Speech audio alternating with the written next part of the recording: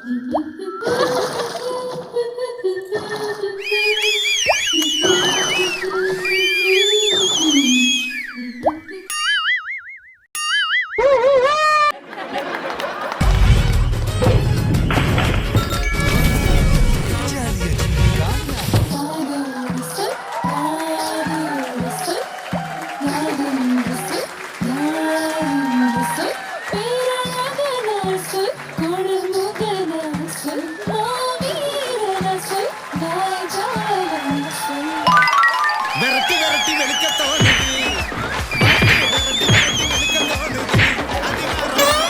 யார் என்று தெரியுமா? யாரு?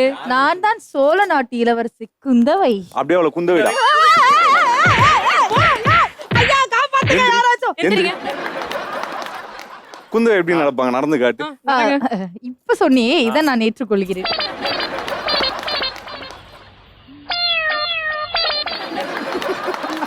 கரெக்ட்டா சொன்னீங்க. இந்த மாதிரி நான் செய்கிறது அவ்வளவுதான் உங்களுக்கு. இந்த குந்தவையை அப்படி ஓரமா குந்த வச்சுட்டு நம்ம ஷோக்குள்ள போலாமா? போங்க. மனோஜ், நம்ம ஷோ இன்னும் ஸ்பெஷல் ஆகிறதுக்கு எந்த கெஸ்ட் வர போறாங்க? அதாவது ஸ்டாண்ட் அப் காமெடி அப்படின்ற இதுல வந்து அவர் ஒரு பெரிய பிராண்ட்னு கூட சொல்லலாம். ஸ்டாண்ட் அப் காமெடினாலே நிறைய பேருக்கு இன்ஸ்பிரேஷனா இருந்தவர் தான் அவரு. சோ இப்போ ஒரு சிம்பிளா ஒன்னு சொல்லிடலாமா? ஜெயா டிவிக்கு விஜேஸ் நாங்க கெத்து, ஸ்டாண்ட் அப் காமெடினா நம்ம அண்ணன் மதுரை முத்து. மச்சான் பேரு மதுரை, பாரு எதிரே. மச்சான் பேரு மதுரை. இந்த தீபாவளியை ஜாலியா ஜிம்கானா ஷோ வந்து இன்னும் சிறப்பாக்கிறதுக்காக நம்ம மதுரை முத்தான சரவெடியா வந்திருக்காரு. ஆனா உங்களை பத்தி ஒரு 2 வார்த்தை நான் சொல்லி ஆகணும். ஏன்னா ரொம்ப வருஷம் தவன்னு கூட சொல்லலாம். நான் வந்து ஸ்டாண்ட் அப் காமெடி அப்படின்னு பார்க்க ஆரம்பிச்சதே உங்களை டிவியில பார்த்ததுக்கு அப்புறம் தானே. அது உங்களை நேர்ல சந்திச்சு உங்க பக்கத்துல இது ரொம்ப சந்தோஷமா இருக்கு. நேர்ல சந்திக்கல, சைடுல தானே சந்திச்சிருக்கேன். உங்களுக்கு ஃபேமஸ் அப்படின்னாலே பஞ்ச் தான். எங்களுக்காக ஒரு புதுசா ஏதாச்சும் பஞ்ச் போடணுமா? அது புதுசா புதுசா பஞ்ச் போடணும்னா இந்த பஞ்ச வேணா போட்டா தான். ஐயோ தீபாவளி அப்படின்னாலே பண்டிகைன்றோம் இல்லையா? அது பண்டங்களை இன்னொருக்கு ஈகை கொடுக்கணும் அப்படின்றதான் அந்த பண்டிகை. செஞ்சு பலகாரங்கள் கொடுத்து ஸ்வீட்டை கொடுத்து மகிழ்ச்சியா இருக்கிற திருநாள். அதனால ஜெயா தொலைக்காட்சிக்கு என்னுடைய அழகான தீபத் திருநாள் நல்வாழ்த்து. இன்னைக்கு ஷோவை சிறப்பாக்குறதுக்காக நம்ம மதுரை முத்தண்ண சரவெடி மாதிரி வந்தாச்சு. அண்ணன் வந்ததுக்கு அப்புறம் நம்ம ரொம்ப நேரம் பேசிட்டே இருந்தா வேலைக்காது. வெறும் சிறப்பா காப் சிறப்பாப்பா? ஐயோ, ஷோ ஃபுல்லா பஞ்ச் இருக்கணும்ன்றதான் இந்த பஞ்சை உங்ககிட்டயே நான் ஒப்படைச்சிடுறேன்.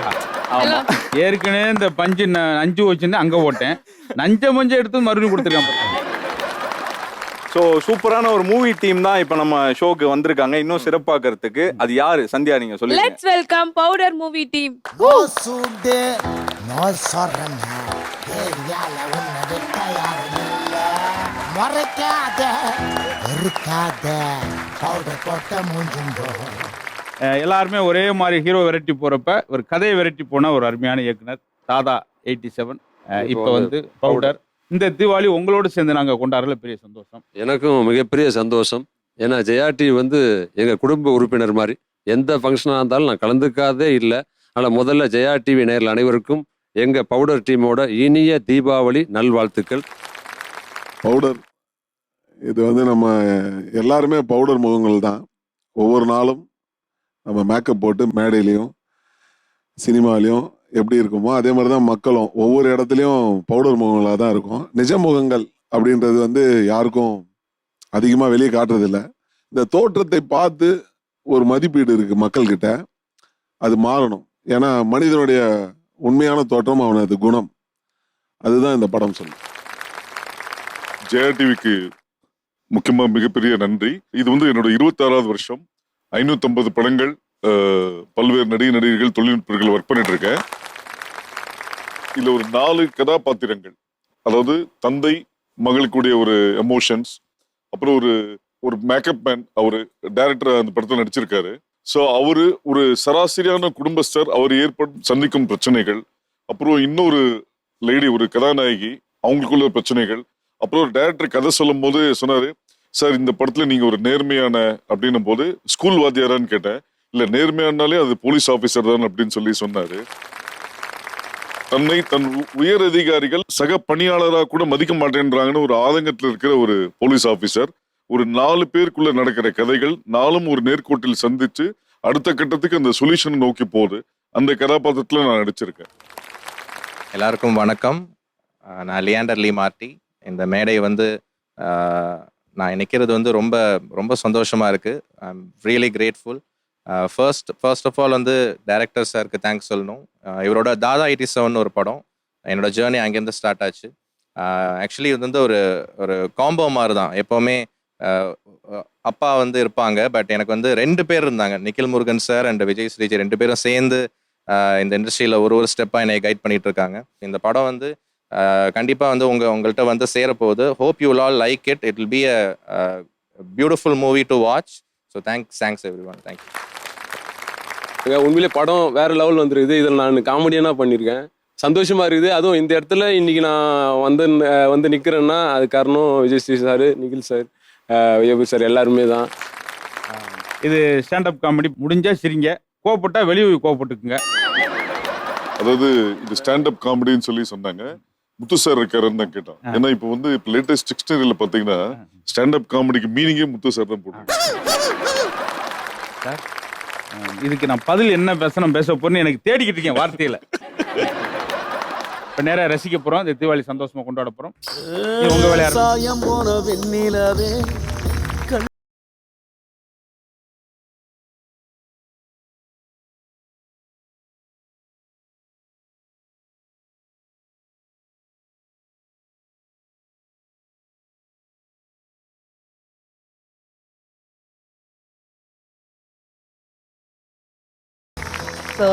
நிறைய நகைச்சுவை சொல்ல போறாங்க சார்.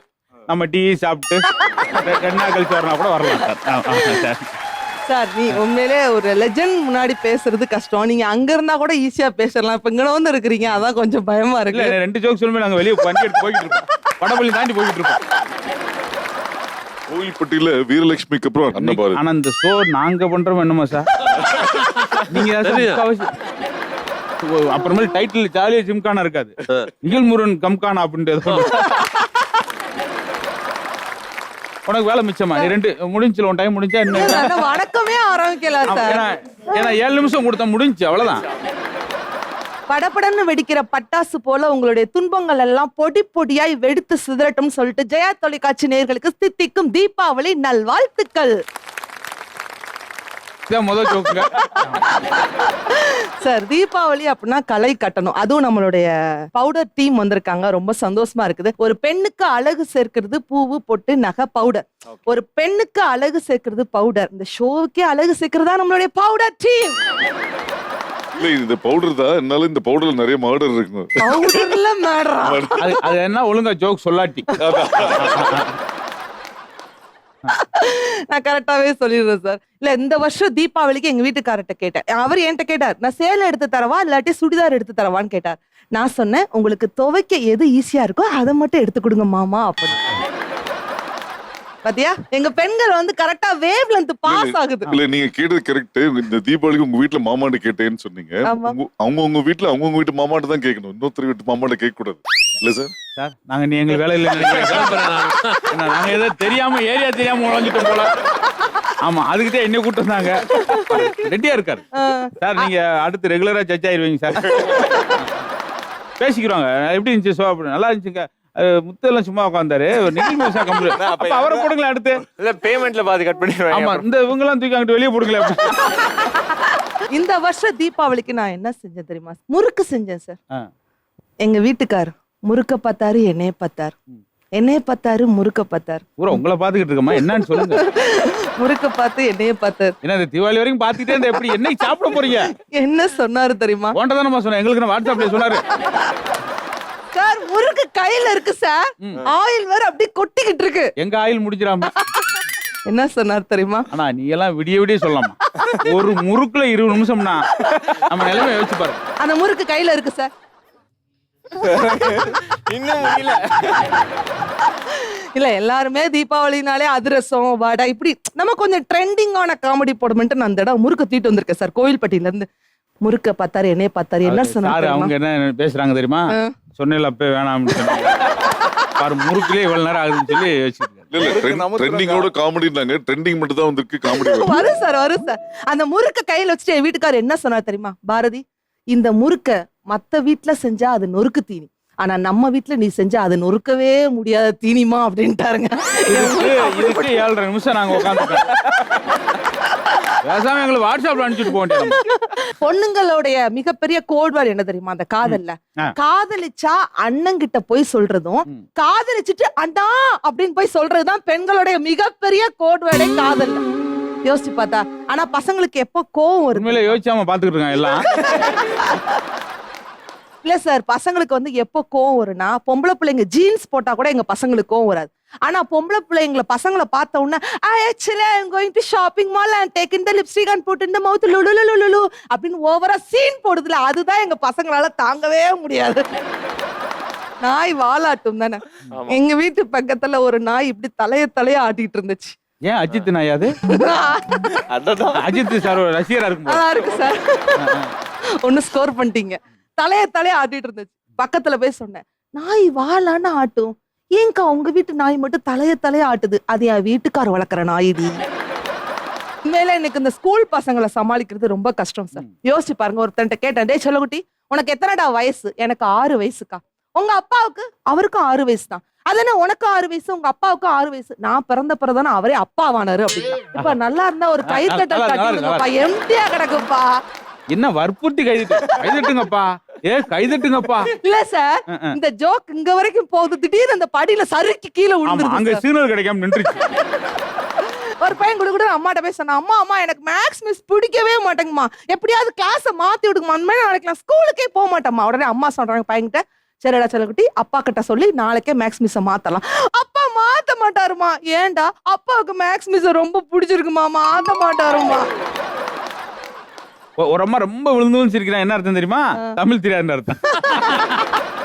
ஒருத்த தீபாவளி அன்னைக்கு உடம்பு நிறைய இத்தா தண்டி கட்டு போட்டுட்டு வந்திருந்தான். என்னன்னா நேத்து கூட நல்லா இருந்தீங்கன்னா, நேத்து கூட பார்த்தேன், இன்னைக்கு என்னன்னா இவ்வளவு தூரம் உடம்பு நிறைய கட்டு போட்டிருக்கீங்கன்னு கேட்டேன். இல்லம்மா, பட்டாசு வெடிக்கிறேன்னு சொல்லிட்டு பட்டாசு வெடிக்கும் போது பக்கத்துல நின்று செல்ஃபி எடுத்திருக்கமா, பூரா உடம்பு பூரா டப்பு டுப்பு டுப்பு டுப்புன்னு போட்டுச்சுமா அப்படின்ட்டார். ஆனா இப்ப 2022ல ட்ரெண்டிங்கான ஒரு வெடி, யானை வெடி, பூனை வெடி அதெல்லாம் எதுவுமே கிடையாது. ட்ரெண்டிங்கான ஒரு வெடி ஜெயா தொலைக்காட்சி நேயர்களுக்காக சிறப்பாக நான் சொல்றேன். மதுரை முத்து வெடின்னு ஒரு வெடி வந்திருக்குங்க. பத்தவே வைக்க வேண்டாம். பத்த வைக்கிறதுக்கு முன்னாடி உடனே வெடிச்சிடாது. பத்த வச்ச உடனே 10 ஜோக்கு சொல்லிட்டு தான் டப்பு டப்பு டப்புன்னு வெடிக்கும். அன்னபாரி வெடின்னு ஒண்ணு வந்திருக்கு. பத்த வச்சா வெடிக்காது, சிரிச்சுக்கிட்டு இருக்கும். எவ்வளவு ஜாலியா கைதுட்டாங்க தெரியுமா? நல்ல வேலைக்கு முடிச்சுட்டாலே அப்படின்னு. Nice, very nice.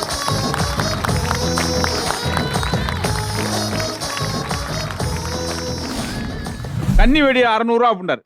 ஐயோ 200 ரூபா தான் இருக்கு, கன்னி வெடி காசு இல்லையா, அப்ப கிளை வெடி வேணா வாங்கிக்க அப்படின்றாரு. என் ஒய்ஃப் நட்சத்திரம் இல்லைங்க, நிலா. வாயாலே வட சுடுவார், நன்றாக வாயாலே வட சுடுவார். இந்த ஜோக்கு மூலம் இந்த சோவனியை ஹைலைட் பண்ணிட்டோமா?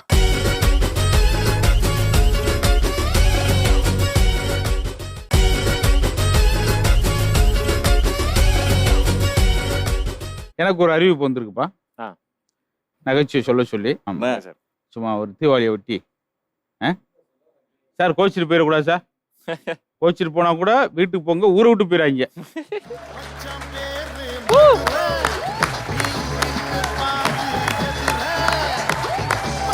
தீபாவளியை ஒட்டி எல்லாருக்கும் மித்த விழாவில் சந்தோஷம்னா, நம்ம சின்ன பிள்ளையா இருக்கும்போலாம் தீபாவளினா வெடிக்க அவ்வளோ சந்தோஷம். பாருங்க, நீங்க ஒன்றும் வெடியெல்லாம் பெரிய காமெடி இல்லை, வெடி வெடிக்கிறோன்னு பாருங்க. முத வெடிக்கிறோன்னு வெடி அங்க இருக்கும், இவ்வளவு இதை கொண்டு அப்படியே நட்டிங்கிட்டு வைப்பான். அப்படின்னு உங்களுக்கு திரும்பி அங்க போயிட்டு இங்க வைப்பேன், அங்கிட்டு போவான். ஒருத்தெல்லாம் வெடியை 20 ரூபா பத்த வச்சா வெடிக்கல. வீட்டுக்காரி கூட என்னடி வெடி வாங்கிட்டு வந்தோம், 20 ரூபா பத்த வைக்கிற வெடிக்கல. அட கிறுக்கா, நீ 40 ரூபா பத்த வச்சாலும் வெடிக்காது. அது மெழுகுவத்திரா, வெடி வீரர் இருக்கும், அதை போய் எடுத்துப்பான். இன்னொன்னு வெடியில பாருங்க பல வகை வச்சிருப்பான். போனதான ஏன் வாய் சும்மா இருக்காது. கன்னி வெடி 600 ரூபா அப்படின்றாரு. ஐயோ 200 ரூபா தான் இருக்கு, கன்னி வெடி காசு இல்லையா, அப்ப கிளை வெடி வேணா வாங்கிக்க அப்படின்றாரு. அந்த மாதிரி என்னை ஆறுதல் படுத்தாங்க தம்பி. நல்லா இருந்தா சிரிக்கல், அதெல்லாம் வருத்தப்பட மாட்டேன். கபாலி வெடின்னு ஒண்ணு வந்திருக்கு, கபாலி ராக்கெட் வச்சோன்னா சர்ன்னு போயிட்டு மறுபடியும் பர்றன்னு வந்து இங்க வந்தே வெடிக்கும். எப்படி போனோம் அப்படியே திரும்பி வந்தேன்னு சொல்லு. யார் ரசிக்கிறான் கேட்கிறான்றலாம் எனக்கு கவலையே கிடையாது. நான் பாட்டுக்கு வந்த 7 காமெடி சொல்லிட்டு யதார்த்தமா போய் உட்காந்துருக்கேன். இப்போ பாருங்க அது சாங் இல்லாமல் நம்ம கவுண்டர் நம்மளுக்கு போடுற மாதிரி ஆயிடுச்சு. சார் ஒருத்தன் ஜெயிலில் இருக்கேன் சார். எத்தனை வருஷமா இருக்கான்? 23 வருஷமா இருக்கான். ஆனால் ஜெயிலில் பார்க்கறதுக்கு அவங்க அம்மா வராங்க, அப்பா வராங்க, தங்கச்சி, குழந்தையெல்லாம் கூட பார்க்குறாங்க. மனைவி பார்க்க வரல. ஜெயில் வார்டனுக்கு ஒரே கோபம்.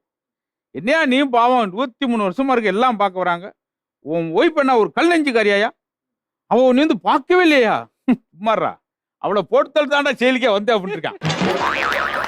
ஒருத்தெல்லாம் செஞ்சா ஒரு பெருமையா சொல்றான், என் மனைவிலாம் சீடை செஞ்சானா இல்லாட்டி கட்லெட் செஞ்சானா நிம்மதியா அன்னைக்கு நைட் தூங்குவேன். ஏன்னா அந்த கட்லெட் தான் கட்டில் காலுக்குள்ள வச்சு அண்டை கொடுத்துட்டு நிம்மதியாக தூங்குவேன். இப்ப எனக்கு இந்த நோய் வந்துச்சு பாத்தியா, ஜோக் சொல்லிட்டு ஒரு ஆள் எதிர்பார்க்குற மாதிரி. தீபாவளி இப்போ இன்னொரு விஷயம் சொல்லுவாங்க. என்ன சொல்லுவாங்கன்னா, அது என்கிட்ட தானே சொல்லுவாங்க, உங்ககிட்ட எப்படி சொல்லுவாங்க? அதாவது ஒய்ஃபும் வெடியும் ஒண்ணுதான். இது காசை கரியாக்குது, வெடி வந்து கரிய காசாக்குது. சிலர் ஆச்சரியமா இருக்கும் சார், இந்த பாம்பு வெடி எப்படி சார் வெடிக்கிறது? பக்கத்துல இந்த கீரி வெடியை வைங்க சார், ரெண்டும் சண்டை ஓட்டு சரியாயிடும் சார். இன்னொன்னு நடிகர்கள் வெடி, அந்த படம் வந்தப்ப பட வெடிகள்லாம் வரும். இதாங்க வடிவேல் வெடி, இது எப்படி சார் வெடிக்கும்? ஆனா வெடிக்காது. அப்புறம் எதுக்கு நான் வாங்கணும்? ஆனா இது சூப்பர் ஸ்டார் வெடி, எப்படி எப்போ வெடிக்க எப்படி வெடிக்குன்னு தெரியாது, ஆனா வெடிச்சிரும். எப்படி இருக்கும் பாத்தீங்களா? வெடிக்குள்ளே உள்ள விஷயம் சார். நீங்க தீபாவளி அப்ப சிவாஜி போங்க, இப்ப அப்டேட்டுக்கு ட்ரெண்டிங்க்கு அவ்வளவு வெடி வந்துருச்சு. வெட்டியே பாத்தீங்கன்னா ஒரு நாள் 6 அடி உயரத்துல இருந்துச்சு. நானே எட்டி பார்த்தேன், இது எப்படி சார் தூக்கிட்டு போறது? இவ்வளவு பெருசா இருக்கு. ஆன வெடி சார், ஈரமா இருக்கே சார், நீரியான வெடி. தீபாவளி வருது என்னமோ இந்த ஜோக் வந்துடும். இதுக்காகவே நாங்க சில ஜோக்கு, தீபாவளி ஜோக்குன்னு ரெடி பண்ணி வச்சிருக்கோம். அந்த சீசன் சொல்ற மாதிரி. ஒரு வெடி வெடிச்சிருச்சு, சத்தம் இல்ல. என்னங்க சத்தம் இல்ல, அது ஊமை வெடிங்க. இன்னொரு வெடி என்ன இவ்வளவு லேட்டா வெடிக்குது, மெதுவா, அது ஆமை வெடிங்க. அப்படித்தாங்க இருக்கும். தீபாவளி ஒரு நாள் லீவ் விட்டா பெரிய கஷ்டம். யாருக்கு? சென்னை ஆளுகளுக்கு. ஏன்னா பெருங்குளத்தூர் தாண்டறதுக்கே அவனுக்கு 3 நாள் ஆகும். அது என்னைக்கு வந்து செங்கல்பட்டு போய் திருச்சி போய் வர்றவங்களுக்கு 1 மாசம் ஆயிப்போம். சில தீபாவளி லீவ் விட்டுருப்பாங்க, அவ்வளவுதான். பெருங்குளத்தை தாண்டி போய்கிட்டு இருப்பேன். மேனேஜர் போன் அடிப்பார், என்னங்க தீபாவளி முடிஞ்சு என்னம்மா வரீங்க? யோ இப்பத்தாயே பெருங்குளத்தூரே தாண்டிக்கிட்டு இருக்கேன். எல்லாருக்கும் மீண்டும் ஒரு முறை வாழ்த்துக்கள், நன்றி.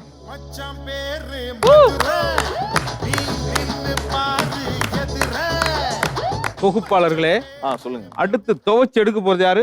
அடுத்து துவைச்சு எடுக்க போது வந்து நீங்க கையில எல்லாரும் சரவெடி வச்சு பாத்திருப்பீங்க. ஆமா. ஆனா வர்றவங்க வந்து வாயிலே சரவெடி வச்சிருப்பாங்க. அப்படியா? புடவை கூட வாயில் புடவை கட்டி கேள்விப்பட்டிருக்கேன்.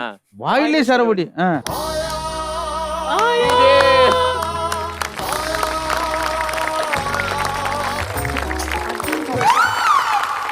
ஜெயா டிவிக்கு வந்ததுக்கு அப்புறம் என் வாழ்க்கையில ஒரு நல்லது நடந்திருக்கு. என்னது? போன வாரம் ஆயுத பூஜைக்காக ஒரு ஸ்பெஷல் ஷோ பண்ணி கொடுத்துட்டு போனோம்.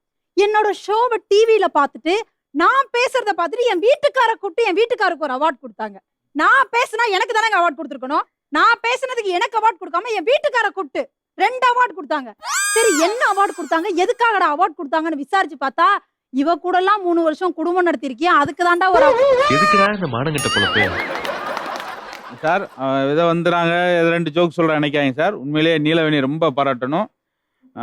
எனக்கு தெரிஞ்சு அவங்க இங்கே டிவியில் மட்டும் இல்லை, வெளி மேடைகள், வெளிநாடுகள்லாம் இது வரைக்கும் 17 அவார்டுகள் வாங்கலாம் நினைக்கிறாங்க, ஒருவேளும் கொடுக்கல. அதனால இப்படியே ஓடிக்கிட்டு இருக்கோம். ஒண்ணும் இல்ல, அவார்ட தூக்குறதுக்கான வெயிட் இன்னும் வரல. அதனால நல்லா வெயிட் ஆனதுக்கு அப்புறம் அதனால காக்கல கருவாடை மட்டும் தூக்கிட்டு போவோம். வெயிட் ஏறினதுக்கு அப்புறம் அவார்டை வந்து வாங்கி அப்படியே நரைச்சுக்கலாம் அப்படின்ட்டு. ஆக்சுவலா போன வாரம் வெள்ளிக்கிழமை கோயிலுக்கு போயிருந்தேன் சார். கோயிலுக்கு போன உடனே அர்ச்சனை பண்ணுவோம் இல்லையா, அர்ச்சனை பண்ணும்போது பூசாரி வந்து என் வீட்டுக்காரர்கிட்ட கேட்டாரு, உங்க மனைவியோட நட்சத்திரம் ஸ்டார் என்ன அப்படின்னு கேட்டாரு. அதுக்கு என் வீட்டுக்காரர் என்ன தெரியுமா சொன்னாரு, என் ஒய்ஃப் நட்சத்திரம் இல்லைங்க, நிலா. வாயாலே வட சுடுவார் நன்றாக வாயாலே வட சுடுவார். இந்த ஜோக் மூலம் இந்த சோவனியை ஹைலைட் பண்ணிட்டோமா? அண்ணா அது டார்ச் லைட் அண்ணா. அப்படியா? அப்ப நீ டார்ச்சர் பண்ணிக்கிட்டு இருக்கமா? போன வாரம் என் வீட்டுக்கு ஒரு பிச்சைக்காரர் வந்தார். அவ்வளவுதான், பிச்சைக்காரன் தான் வருவேன். சரி நம்ம வீட்டுக்கு நம்மள தேடி ஒரு பிச்சைக்காரர் வந்திருக்காரே, நம்ம தீபாவளிக்காக செஞ்ச முறுக்கு மடக்கு அதிரசம் எல்லாத்தையும் எடுத்து கொண்டு போய் கொடுக்கலாமே தட்டுல வச்சு வெளியில போனே பாருங்க. நான் போற அந்த கேப்ல என் வீட்டுக்காரும் பிச்சைக்காரும் பேச்சுவார்த்தை நடத்திட்டு இருந்தாங்க. பேச்சுவார்த்தை நடத்திட்டு இருக்காங்க. நான் தட்டை எடுத்துட்டு வாசல்ல காலை வச்சேன் பாருங்க. பிச்சைக்காரன் கிளம்பி போயிட்டான். எங்க மாமா கிட்ட கேட்டேன், ஏன் மாமா நான் பிச்சைக்காருக்கு முறுக்கு மடக்கு எல்லாம் கொடுக்கலான்னு வந்தேன், பிச்சைக்காரு கிளம்பி போயிட்டாரு ஏன்னு கேட்டதுக்கு, ஒண்ணும் இல்லடி இதெல்லாம் போன தீபாவளிக்கு செஞ்சதுடா, நீயாவது தப்பிச்சுக்கன்னு சொன்னேன், கிளம்பி போயிட்டான்டி அப்படின்னு சொல்லி பிச்சைக்கார தப்பிக்க வச்சிருக்காரு. பட் அதே பிச்சைக்காரன் நேத்திய வீட்டுக்கு வந்தான். பேசாம உங்க வீட பிச்சைக்கார வீடுன்னு வச்சிடலாமே. வரிசை அவங்களே தான் வராங்க. அதே பிச்சைக்காரன் அதேதான். நேத்திய வீட்டுக்கு வந்தான். அவன் அங்கேதான் இருக்க வேண்டிய பேசாம அவனுக்கு ரூம்பா கொடுக்குமா அம்மாட்ட அங்கேயே தங்கட்டான். நான் கேட்டேன், போன வாரம் சீக்கிரமா கிளம்பி போயிட்டேன், இப்ப என்ன வந்திருக்கேன்னு கேட்டதுக்கு தட்டுல அவன் முறுக்கு மடக்கு எல்லாத்தையும் கொண்டுட்டு வந்தான். நான் கேட்டேன், நான் கொடுத்ததை மட்டும் வாங்க மாட்டேன்ட்ட, நீ எதுக்குடா எனக்கு கொண்டு வந்திருக்கேன்னு கேட்டதுக்கு என்ன தெரியுமா சொன்னாரு, தீபாவளி அன்னைக்காவது நல்ல பலகாரம் சாப்பிடு இந்தா அப்படின்னு என்கிட்ட பிச்சைக்காரன் கொடுத்துட்டு போறாயா. பட் அதுக்காக நான் ரோஷக்காரி அதை சாப்பிட்டுருப்பேன் நீ நினைக்கிறேன்? கண்டிப்பா சாப்பிட்டுருப்பீங்க. கண்டிப்பாக. இங்க பாரு, முழுசாலாம் சாப்பிடல, ஒரு பீஸ் தான் சாப்பிட்டு பார்த்தேன். பட் நான் செஞ்சதை விட உண்மையாவே நல்லாதாங்க இருந்துச்சு. ஒரு 10 நாளைக்கு முன்னாடி எனக்கு ஒரு பிரஸ் மீட் யார் கூட, மணிரத்னம் கூட. மணிரத்னம் என்ன பார்த்தோன்னு என்ன தெரியுமா சொன்னாரு, செருப்பு பிஞ்சு வரும்டாரா, உன்னை இவ்வளவு நாள் எங்கேம்மா ஒளிச்சு வச்சிருந்தாங்க, உன்னை பார்க்காததுனால ஐஸ்வர்யா ராய்க்கு அவ்வளவு செலவு பண்ணிட்டேனே. எடி செருப்பு. தேங்க்ஸ் டா கண்ணா. நான் என் வீட்டுக்காரர்கிட்ட இதை போய் அப்படியே சொன்னேன், மாமா என்ன பார்த்து மணிரத்னம் என்ன தெரியுமா சொன்னாரு, பொன்னியின் செல்வன் படத்துல ஐஸ்வர்யா ராய பாக்குறதுக்கு முன்னாடி உன்னை பார்த்திருந்தா நந்தினியா உன்னதான் நடிக்க வச்சிருப்பேன்னு சொன்னாரு மாமான்னு சொன்னேன். கேட்கிறவன் கேனா கேரம் போர்ட கண்டுபிடிச்சு கே ரவிக்குமார் நீ அடிங்க அப்பா பேசாம இருக்கியா இல்லையா, நீ சாவச்சுற பாத்துக்க. என் வீட்டுக்காரர்கிட்ட போய் இதை நான் சொன்ன பாருங்க, மணிரத்னம் என்ன பார்த்து நந்தினி ஐஸ்வர்யா ராயை விட அழகா இருக்கேன்னு சொல்லிட்டாரு மாமான்னு சொன்னதுக்கு, உன் காதுல நல்லா விழுந்துச்சாடி, பொன்னியின் செல்வன் படத்துல வர்ற நந்தினி மாதிரி இருக்கேன்னு சொன்னாரா, இல்ல பாகுபலியில வருவாங்களே காலக்கையன்னு சொல்லிட்டு அதோட கடைசி தங்கச்சி மாதிரி இருக்கேன்னு சொன்னாங்களான்னு கேட்டாருங்க. அந்த அளவுக்கு என் வீட்டுக்காரே என்னை கலாய்ச்சிக்கிட்டு இருக்காரு. என் வீட்டுக்கார மேல எனக்கு ரொம்ப பாசம் இருக்குன்னு தெரியும்ல. எத்தனை வீட்டுக்காரமா வந்துகிட்டே இருக்காங்க. அப்ப ஒரு வீட்டுக்காரர் வந்தா 4 பிச்சைக்காரன் வீட்டுக்கு வரேன், இந்த பிள்ளை மட்டும் வீட்டுக்கு போக மாட்டேன். ஒரு பொம்பளையாவது வீட்டுக்கு வந்திருக்கா. பட் ஒண்ணும் பிரச்சனை இல்ல. அதே மாதிரி என் வீட்டுக்காரர் சாப்பிட்டுட்டு இருக்கும்போது பொறையேறிடுச்சு. நேத்து சாப்பிட்டுட்டு இருந்தாரு, சாப்பிட்டுட்டு இருக்கும்போது பொறையேறிடுச்சு. பாசத்துல தலையில தட்டணும்ல, தலையில தட்டினதுக்கு கோச்சுக்கிட்டாரா தம்பி, கையில இருந்த சப்பாத்தி கட்டைய மறந்துட்டு அப்படியே தட்டிட்டு. இல்ல என்ன பயங்கரமா கை தட்டுறீங்க, எல்லாருக்கும் பயங்கர எக்ஸ்பீரியன்ஸ் இருக்கும் போல. சில வீட்டுல அப்படி இருப்பாங்க சார், ஒரு அம்மா தேங்காய் உடைக்க இடம் இல்லாம ஓடியாந்து வீட்டுக்கார நெஞ்சில் அடிச்சு உடைச்சிருக்கு. என்னன்னா அவன் கல் நெஞ்சுக்காரனா. அதுல ஒருத்தர் சொன்னா, தாங்கள பையனை கூப்பிட்டு ஃப்ரெண்டை கூப்பிட்டு, அந்த ஊரா வர்றா அதான்டா என் ஆளு.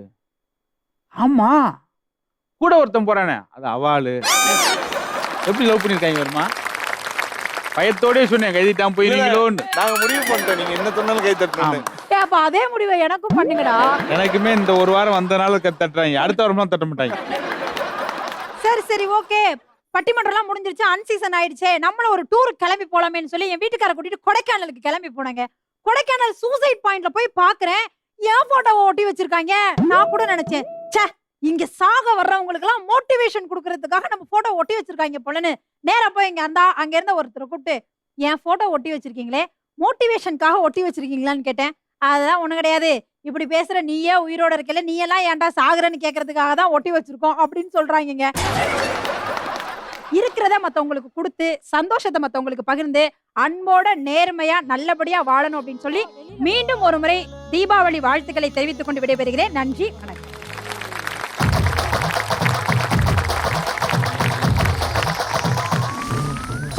என் பொட்டாட்டி சொன்னா, என் பொண்ணுக்கு 3 பவுன் எடுக்கலான் இருக்கேன், எனக்கு 2 பவுன் எடுக்கலான் இருக்கேன், நீங்க என்ன எடுக்கலான் இருக்கீங்க, நான் தெருவில் பிச்சை எடுக்கலான் இருக்கேன். ஒரு நாள் ஃபுல்லா எடுப்பா என் பொட்டாட்டி, ஒரு நாள் ஃபுல்லா ட்ரெஸ் எடுத்து வீட்டுக்கு வந்து சரியில்லைன்னு மாத்திட்டு வருவோம்.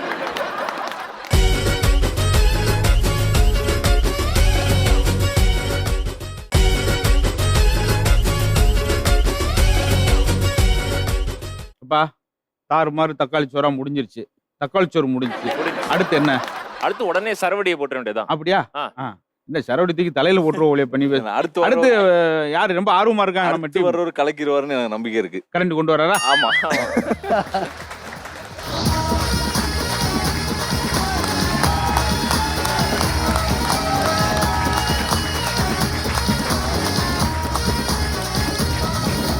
வண்ண தமிழழகு அதை வாசிக்கும் போதழகு, முத்து சரம்போலை அதை தொடுத்து வைக்கும் திறமழகு, சொல்லழகு பொருளழகு செந்தமிழை செதுக்கையிலே செல்லும் மொழி நடையழகு, மொத்தத்தில் தமிழழகு என்றைக்குமே நாம் கொண்டாடுகிற தீபாவளி பண்டிகை பேரழகு. தீபாவளி வந்தால் யாருன்னா மகிழ்ச்சியா இருப்பா? உண்மையாவே சொன்னா ஜவுளி கடைக்காரர் மகிழ்ச்சியா இருப்பார், பாத்திர கடைக்காரர் மகிழ்ச்சியா இருப்பார், அதை விட மகிழ்ச்சியா இருப்பார் நகை கடைக்காரர் மகிழ்ச்சியா இருப்பார். இதெல்லாம் வாங்கி தர்ற புருஷன் தான் கஷ்டமா இருப்பான். உண்மைதானே? யோசிச்சு பாருங்க. இப்போ 10 மாடி கட்டடத்துல சிங்கப்பூர்ல தலைகளா தொங்கி பெயிண்ட் அடிக்கிறாங்க. அது கஷ்டமா? கஷ்டம்தான். அதை விட கஷ்டம் இப்போ ராது 3 மணிக்கு எந்திரிச்சு காய்கறி வாங்கி கோயம்பேடுல இருந்து ஊருக்கெல்லாம் சப்ளை பண்றானே, கஷ்டமா? கஷ்டம்தான். தீபாவளி அன்னைக்கு பாருங்க, இரவு பகலா நின்று 18 மணி நேரம் ஜவுளி கடையில் நிக்கிறானே, அந்த தொழிலாளி கஷ்டம்தான். ஆனா அதை விட கஷ்டம் எது தெரியுமா? பொண்டாட்டியை கூப்பிட்டுக்கிட்டு ஷாப்பிங்னு ஒருத்தன் போறானே, அதை விட கஷ்டம் உலகத்துல வேற எதுவுமே கிடையாது சார். ஒரு நாள் ஃபுல்லா எடுப்பான் என் பொண்டாட்டி. ஒரு நாள் ஃபுல்லா ட்ரெஸ் எடுத்து வீட்டுக்கு வந்து சரியில்லைன்னு மாத்திட்டு 3 தடவை மாத்திட்டான். அந்த மாதிரி அவளை நான் ஒரு தடவை மாத்திருக்கேனா? மாத்த முடியாது. அவ்வளவுதான் சாய்ஸ். என்ன வாழ்க்கையில் யோசிச்சு பாருங்க. ஆனா 72 சேலை எடுத்து போட்டுட்டு இந்த பொம்பளைக்கு சொல்ல, ஒண்ணு கூட நல்லாவே இல்லை, ஒண்ணு கூட நல்லாவே இல்லை, ஒண்ணு கூட நல்லாவே இல்லை, ஓ மூஞ்சி நல்லா இல்லையா? அவன் தான் சொன்னானா? அது கூட பரவாயில்லைங்க. இந்த பார்டரு சில பொம்பளைக்கு சொல்றோம், அந்த சேரீல இருந்தா நல்லா இருக்கும், வெட்டி வச்சு தைய அங்கே உட்காந்து. இந்த பூ அதுல இருந்தா நல்லா இருக்கும், பிச்சு ஒட்டு. நான் அந்த பையனை கேட்டேன், ஏன்னா 72 சேரீ எடுத்து போயிட்டு இவனை உன்னை டென்ஷன் பண்ணிக்க 3 மணி நேரமா? உனக்கு கோவம் இல்லையான்னு கேட்டேன். 3 மணி நேரம் தான் சார் என்னைய டென்ஷன் பண்ணுது. அதை கழட்டி குடும்பம் நடத்தினான் 30 வருஷமா. அவனே நிற்கும் போது எனக்கு என்ன பிரச்சனைனா? எப்பயுமே பாசிட்டிவா எடுத்துட்டா வாழ்க்கை பிரச்சனை இல்லை. என் பொண்டாட்டி சார் இந்த தீபாவளிக்கு முத்தன பொன்னியின் செல்வன் புடவை ஆர்டர் பண்ணான் ஆன்லைன்ல. ஆனா ஆர்டர் பண்ணா பாதி புடவை தான் சார் வந்தது. நான் உடனே அவனுக்கு போன் பண்ணி கேட்டேன், ஏதா பாதி அனுப்பியிருக்கேன்? பார்ட் 1 தான் சார் வந்திருக்கு, பார்ட் 2 வந்தாதான் அடுத்தது போட முடியும் சார். தம்பி உனக்கு கல்யாணம் ஆகல? கல்யாணம் ஆனவனை கேட்டுப்பார். கல்யாணம் ஆகாதவனுக்கு திங்கக்கிழமை கூட சொர்க்கமா இருக்கும், கல்யாணம் ஆகிப்பாடுறா ஞாயிற்றுக்கிழமை கூட நரகமா இருக்கும். வீட்டுல அவன் படுற பாடு அவனுக்கு தான் தெரியும். ஆனா ஒண்ணு தெரிஞ்சுக்க, ஆனா அந்த பொண்டாட்டியில அடி வாங்கின மேட்டரையே நம்மளால சூப்பரா சொல்லுவாங்க. அதுக்கு ஒரு டெக்னாலஜி வச்சிருப்பாங்க. எங்க ஊர்ல ஒருத்தன் வந்தா சட்டை கிழிஞ்சிருந்தது. என்ன மாப்பிளா சட்டை கிழிஞ்சிருக்கு அப்படின்னா, அது ஒண்ணும் இல்லை மாப்பிளா, என் பொண்டாட்டி தீபாவளிக்கு கிஃப்ட் கேட்டா, நானே உனக்கு ஒரு கிஃப்ட், எதுக்கு உனக்கு கிஃப்ட்ன்னு பிரிச்சு பார்த்துட்டாடான். இன்னொருத்தன் வந்தா, சார் மூக்கு மட்டும் இவ்வளவு பெருசு வீங்கிருக்கு. ஏன்னா மூக்கு மட்டும் முலாம்பழம் மாதிரி வீங்கிருக்குன்னா, என் பொண்டாட்டி ஒரு பூ எடுத்து போட்டா மாப்பிள, மூக்கு வீங்கிருச்சுன்னா. பூ எடுத்து போட்டா எப்படா வீங்கும்? பூ தொட்டியோட போட்டாடா. அப்படியே அடி வாங்கியிருக்கான் அவன். நான் ஒரு சோகமா உட்காந்துருந்தேன். என் ஃப்ரெண்டு வந்தான், ஏய் என்னடா என்ன சோகமா இருக்கா? ஒன்றும் இல்லை மாப்பிள, இந்த தீபாவளிக்கு என் பொண்டாட்டி 25,000 ரூபாய்க்கு சேலை எடுத்துட்டாடா, அதான் சோகமா இருக்கேன். 25,000 ரூபாய்க்கு எடுத்த அதுக்காக ஏன் மாப்பிள வருத்தப்படுற? நிறைய டிவியில சம்பாதிக்கிற, காசு கொடுத்து சம்பாதிக்கிற, 25,000 ரூபாய்க்கு பொண்டாட்டிக்கு எடுத்து தர மாட்டேன்னா? நான் சொன்னேன், அதுக்காக வருத்தப்படல, இந்த புடவை நல்லா இருக்குன்னு உன் பொண்டாட்டியில காட்டுறதுக்கு இப்பதான் எடுத்துட்டு போயிருக்கா, ஒன்னே நினைச்சுதான்டா வருத்தமா இருக்கேன். வாரியார் அவர்கள் ஜோக் மாதிரி உலகத்துல யாரும் சொல்ல முடியாது சார். அவர் வந்து கூட்டத்துல பேசிட்டே இருப்பாராம். கூட்டத்துல யாரா கடைசி புள்ள யாரா கை தூக்குவாங்கல்ல, அதை நீ முடிவு பண்ணக்கூடாது, உங்க அப்பா தான் முடிவு பண்ணும் பாரான். நான் சொல்லல, இது வாரியார் சொல்லியிருக்காரு. யோசிச்சு பாருங்க. எல்லாத்தையுமே ரசிக்கிற மனப்பான்மை. என் மனைவியெல்லாம் சார் ஒரு ரசம் வச்சு எஃபில போட்டான், ஃபேஸ்புக்ல 1000 பேர் லைக் போட்டா சார், நான் போடல. என்னை பார்த்து கேட்டான், 1000 பேர் லைக் போட்டிருக்காங்க, நீ மட்டும் போடல. அவன்லாம் ரசத்தை பார்த்த வண்டி, நான் தான் ரசம் சாப்பிட்டவன். 3 நாள் பிச்சுட்டு போனது எனக்கு தான் தெரியும். இன்னைக்கு நாட்டில் எல்லாத்தையும் ரசிக்க ஆரம்பிச்சோம்னா வாழ்க்கையில பிரச்சனை இல்லை சார். எல்லாம் பாருங்க, ஒரு காலத்துல செஞ்சு நம்மளாம் ஸ்வீட்டை கொடுத்தோம், இன்னைக்கு செய்யறது இல்லை. ஒரு காலத்துல எண்ணெய் பலகாரம் செஞ்சாதான் தீபாவளி, இப்பெல்லாம் எண்ணெய் பலகாரம் பண்றதுதான் தீபாவளியாவே இருக்கு.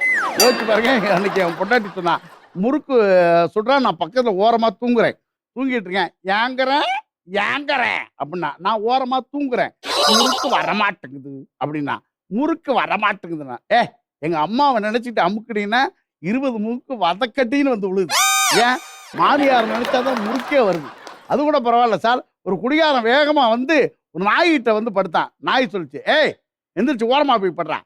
ஒன்னு சொல்றான், ஏன் நாயை என்ன திட்டுற அப்படின்னு இருக்கான். அதுக்கு அந்த நாய் சொல்லியிருக்கு, இங்க பார், கொஞ்ச நேரத்துல உங்க பொண்டாட்டி வருவா, குடிகார நாயேன்னு என்ன திட்டுவா, நானாடா குடிச்சேன்.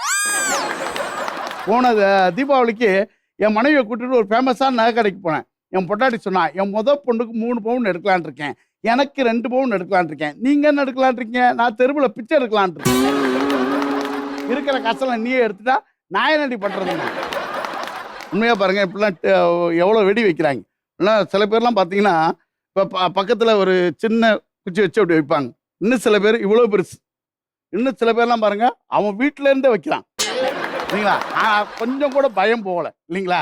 பயம் போனாலும் பயத்துக்கிட்டே வெடிச்சாலும், ஆனால் தீபாவளிங்கிறது எல்லாருக்கும் மகிழ்ச்சிக்கான இடம். ரொம்ப அழகா ஒரு விஷயம் சொல்லி நிறைவு செய்கிறேன். என்னைக்குமே பசி இருக்கு இல்லையா, அது மட்டும்தான் வாழ்க்கையை எழுதிட்டே போதுமார் புதுமைப்பித்தன்.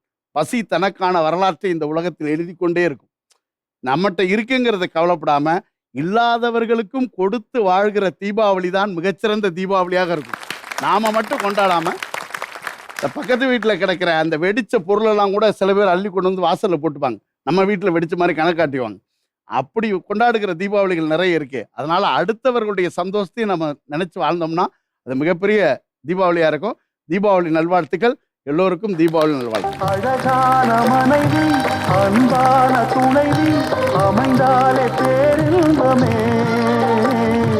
மடி மீது துயில நான் இந்த கெட்ட போட்ட உடனே எனக்கு ஒரு ஆச்சரியம், இவ்வளவு அழகா இருக்கு. எங்களுக்கு ஆச்சரியமா எப்படி உனக்கு இது பொருந்துச்சு அப்படின்னு தான். தீபாவளி அதுவுமா சந்தோஷமா வெடி வெடிக்கலாம்னு சொல்லிட்டு ஒரு புஷ்பானத்தை வச்சுட்டு அவர் வெடிக்கலான்னு போன பாருங்க. எதிரில போறோம் சொல்றான், என்னடா ஒரு கம்பி மத்தாப்பு புஷ்பான வெடிக்குது.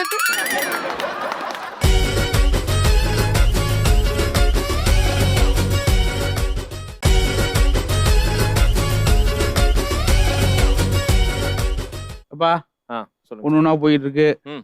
10 குறைக்கு 10வது குறைய நானும் போயிட்டேன். மித்த குறை என்னது? அதாவது முதல்ல அவங்க வந்தவொடனே நாங்க அடிச்சோன்னே, எனக்கு தெரிஞ்சு அவங்க ஜோக் சொல்லி முடிச்சோடனே நீங்களும் அடிப்பீங்கன்னு நினைக்கிறேன். அவங்க வந்தா ரெடியாக அந்த கட்டையெல்லாம் எடுத்து வச்சுப்போம் ஜோக் சொன்னதுக்கு அப்புறம் அடிக்கிறதுக்கு. ஓகேவா? எனக்கு என்னமோ அவங்கள அடிக்கிற மாதிரி தெரியல. அவங்க ஏற்பாடு பண்ணி உங்களைத்தான் அடிக்கன்னு நான் முயற்சி பண்ணிட்டேன். இருந்தாலும் வர சொல்லுங்க, ரொம்ப ஆவலா இருக்காங்க சாருங்களாம். ஏன் ஆவலா இருக்காங்கன்னா வேகமா போறது மணி ஆகுது. சரி, ஓகே, வர சொல்லிடுவோம். Let's welcome Kalpakkam Gayathri on stage.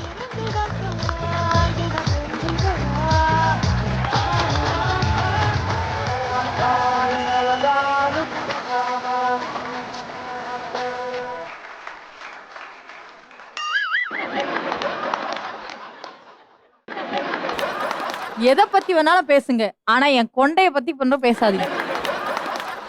Deepavali எதுக்கு கொண்டாடுறோம்? கிருஷ்ணர் வந்து நரகாசுரனை கொன்னதுக்காக தான் நம்ம தீபாவளியே கொண்டாடுறோம். ஆனா தீபாவளிக்கு ஆகிற செலவெல்லாம் பார்த்தா பேசாம அந்த மனுஷன் அவரை மன்னிச்சு விட்டுருக்கலாமே அப்படின்னு தோன்ற அளவுக்கு நம்மளுக்கு ஆகுது. அதுதான் வைத்தறிச்சல. ஆக்சுவலா நான் வந்து இந்த கெட்டப் போட்டோன்னே எனக்கு ஒரு ஆசைனா ரொம்ப அழகா இருக்கேன் இல்லையா. நான் இந்த கெட்டப் போட்ட உடனே எனக்கு ஒரு ஆச்சரியம், இவ்வளவு அழகா இருக்கு. எங்களுக்கு ஆச்சரியமா எப்படி உனக்கு இது பொருந்துச்சு அப்படின்னு. நான் அவ்வளவு அழகான எனக்கே ஒரு ஆச்சரியம். இவ்வளவு ஒரு பேரழக நானே பார்த்ததில்ல. பெண்ணே பொறாமப்படுற அளவுக்கு ஒரு பேரழகு பாருங்க. நான் எங்க மாமாவுக்கு ஒரு போட்டோ எடுத்து அனுப்பிச்சு, மாமா பாருங்க நான் வந்து குந்தவை மாதிரி இருக்கணும் இல்ல நந்தினி மாதிரி இருக்கணும் கேட்டேன். அதுக்கு அந்த மனுஷன் சொல்றது ரெண்டும் சேர்ந்தா குந்தாரி மாதிரி இருக்கு. ஆனா இந்த தங்க நகைகள்லாம் போட்டிருக்கலன்னா எங்க மாமா கிட்ட கேட்டேன், மாமா மாமா இந்த தங்க நகைகள்லாம் போட்ட பிறகு நான் எவ்வளவு அழகா இருக்கேன்னு சொல்லுங்க அப்படின்னு. ஐயோ தங்கம், நீயே ஒரு தங்கம், உனக்கு எதுக்குடி தங்கம்னாரு. பக்கத்துல இருந்த வந்து உரைச்சு பாக்குறானா, ஏன்டான்னு கேட்டா அது ஒரிஜினல் தங்கமானு வரைச்சு பாக்குறாங்கறானு. நேத்து தீபாவளி அதுவுமா சந்தோஷமா வெடி வெடிக்கலாம்னு சொல்லிட்டு ஒரு புஷ்பானத்தை வச்சுட்டு அவர் வெடிக்கலான்னு போன பாருங்க. எதிரில போறோம் சொல்றான், என்னடா ஒரு கம்பி மத்தாப்பு புஷ்பான வெடிக்குது. நான் தீபாவளிக்கு நல்ல ஒரு புடவை எடுக்கணும்னு சொல்லிட்டு புடவை கடைக்கு போனேன். ஏன் அழகுக்கு ஏத்த மாதிரி எந்த பட்டு புடவையும் கிடைக்கல. சரி, நம்ம அழகுக்கு ஏத்த மாதிரி கிடைக்கலனாலும் ஆன்லைன்ல பர்ச்சேஸ் பண்ணலாம். ஆன்லைனுக்கு 500 ரூபாய்க்கு ஒரு காஸ்ட்லியான புடவை வாங்க. 500 ரூபாய்க்கு காஸ்ட்லினா காஸ்ட்லி, வெரி காஸ்ட்லி. அவ்வளவு காஸ்ட்லியான சாரியை நான் கட்டிட்டு அப்படி தங்க ரதம் மாதிரி அப்படி நடந்து போன பாருங்க. தெருவுல போறவன் சொல்றான், பழைய பட்டு புடவைக்கு வாங்க வரீங்களா, பழைய பட்டு புடவை வாங்க வரீங்களா, பழைய பட்டு புடவை வரீங்களா, பழைய மூஞ்சிக்கு பட்டு புடவை தான் நல்லா இருக்கும். பழைய என்ன பாருங்க, பழைய மூஞ்சி மாதிரியா இருக்கு. இந்த ராணியை பார்த்து இப்படி சொல்லலாமா? ரொம்ப பழைய மூஞ்சி. ஆனா பாருங்க, நம்ம எல்லாருக்குமே இந்த போனாலதான் உலகமே அழியுதுன்னு நாம நினைச்சுட்டு இருக்கோம். ஆனா இந்த போன் இல்லாம ஒரு பயம் போக மாட்டான் அந்த நிலைமை இருக்கா. ஏன் தெரியுமா சொல்றேன்? நீங்க நார்மலாவே பாருங்க, நம்ம எங்கேயாவது ஒரு இடத்துக்கு போறோம் அப்படின்னா பொண்டாட்டியை காணானவுடனே சந்தோஷமா ஐயா மண்டாடி காலே ஜாலி காணும். ஆனா போனை ஐயோ என் போனுன்னு திரிவான். போனை விட பொண்டாட்டி கேவலமா போயிட்டா. அந்த நிலைமையில இருக்கிறோம். எல்லாரும் வந்து நல்லா ஆடம்பரமா நகையெல்லாம் போடுவோம். இப்ப நான் இவ்வளவு நகையெல்லாம் போட்டுக்கிட்டு எங்க மாமா கிட்ட சொன்ன, மாமா என்ன நல்லா பார்த்து சொல்லுங்க, நான் எவ்வளவு பெரிய அழகின்னு உங்களுக்கு தெரியும்ல, என் அழக வர்ணிச்சு ஏதாவது ஒரு கவிதையை சொல்லுங்க அப்படின்னு. நீயே ஒரு கவிதை, உனக்கு எதுக்கு ஒரு கவிதை என்ன பாருங்க. அதுல அப்படியே நான் மயங்கி, என்ன வந்தியத்தேவன், நான் குந்தவையா இருந்தாலும் என் மாமா தான் முக்கியம் என்று சொல்லி வந்தியத்தேவனை வேணாம் என்று சொல்லிவிட்டு இங்க வந்து இப்போ வீட்டை காட்டிக்கிட்டு இருக்கேன். நன்றி, வணக்கம். இந்த தீபாவளி திருநாள் அன்னைக்கா நம்ம ஜாலியோ ஜிம்கானால பவுடர் மூவி டீம் வந்து வந்திருக்காங்க. ஸோ சார், நம்ம ஷோ எப்படி போச்சு? ஷோ ரொம்ப நல்லா போச்சு. திரைப்படங்களில் நடிக்கும் எந்த கதாபாத்திரங்கள் வெளியில போனாலும் உங்களை இந்த படத்துல பார்த்தோம் நல்லா நடிச்சிருக்கீங்கன்னு தான் சொல்லுவாங்க. ஆனா ஒரு காமெடி பண்றவங்களை மட்டும்தான் சார் ஒரு ஜோக் சொல்லுங்க சந்தோஷமா இருக்குன்னுவாங்க. இது காமெடி நடிகர்களுக்கு மட்டுமே கிடைத்த ஒரு வரப்பிரசாதம். இன்று ஜெயா டிவி நிறைய சேனல்ஸ் இருக்கு, போட்டி இருக்கு, எவ்வளவு விஷயம் இருக்கு. அது மீறி மக்கள் சிரிக்கணும்னா அது ஜெயா டிவில தான் வரணும். ஜாலியோ ஜிம்கானா ப்ரோக்ராம் மூலியமா நாங்க சொன்ன ஜெயா டிவிக்கு நன்றி. ஒரு படமும் எடுத்து நாங்கள் அடுத்த கட்டத்துக்கு முன்னாடி போகணுன்றதுக்காக எங்களை முன்னுக்கு வர வைத்து ஜெயா டிவிக்கு மனமார்ந்த நன்றி. பெரிய படங்கள் தான் வரணும், பெரிய படம் தான் ஆதரவு பண்ணலாம் கிடையாது. நல்ல விஷயங்களை யார் சொன்னாலும் அதை ஆதரிக்கணும் அப்படின்ற கான்செப்டில் தொடர்ச்சியாக முயற்சி. இப்போ புதுசாக தான் எனக்கு அறிமுகம். இங்கிலீஷ் சாரும் சரி, நம்ம விஜய் சாரும் சரி, பார்த்த உடனே அந்த எளிமை பண்பு படத்துலேயும் அதே மாதிரி இருக்குன்ற நம்பிக்கை எங்களுக்கு இருக்குது. எல்லாருக்கும் வாழ்த்துக்கள். படத்தை அதே மாதிரி பவுடர் படத்தையும் நீங்கள் பெரிய ஆதரவு கொடுத்து வெற்றி படமாக மாற்றுன்னு உங்களுக்கு கேட்டுக்கிட்டு, இந்த தீபாவளி உங்களோட கொண்டாடினதில் எனக்கும் பெரிய சந்தோஷம். எல்லாருக்கும் இனிய தீபாவளி நல்வாழ்த்துக்களை சொல்லி எங்களுடைய நிறைவேற்பதுக்கு நான் வந்திருக்கிறோம். இப்பொழுது ஆங்கர் அதே போல், ஏன்னா நீங்கள் தான் தொடங்குறதுக்கு முன்னாடி வரணும், நாங்கள் முடிச்ச பின்னாடி கடைசி வரைக்கும் இருக்கணும் பாவம். சரியா? உங்களுக்கும் பெரிய வாழ்த்துக்கள். தேங்க்யூ.